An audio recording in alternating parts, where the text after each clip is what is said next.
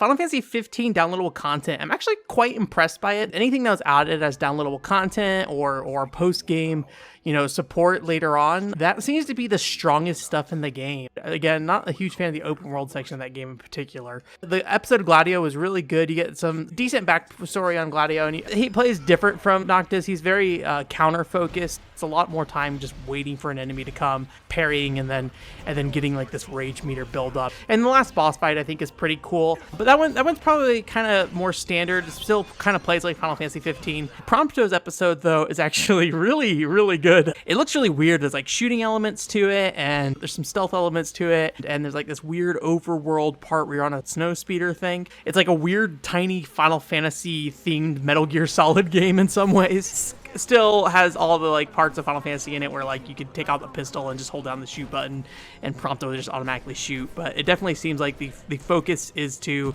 get some of the weaponry that you actually shoot, like an actual gun in a third-person shooter, and then you have like this little, I don't know if it's like a baton or what, but you basically can melee people until they drop their weapons, and then you do like a finisher on them and you get their weapon. It's definitely pushing that engine in terms of how it controls and how it plays to its limits. There's definitely some weirdness to actually shooting and switching between melee and gunfighting combat. It's not as smooth as you might hope, but it was actually really fun. There's different weapons and stuff you can get, and there's like these special shots you do that kind of has you really trying to shoot an enemy till they're stunned and then doing a finishing move on them. And then Prompto as a character I think had a really good story arc in there. Probably some of the best storytelling I feel like out of the entire game. There's very strong character development of Prompto, and then not only that, but you get this weird shooter in addition to it, and it's like this is the closest we're ever gonna get to Dirge of Cerberus 2.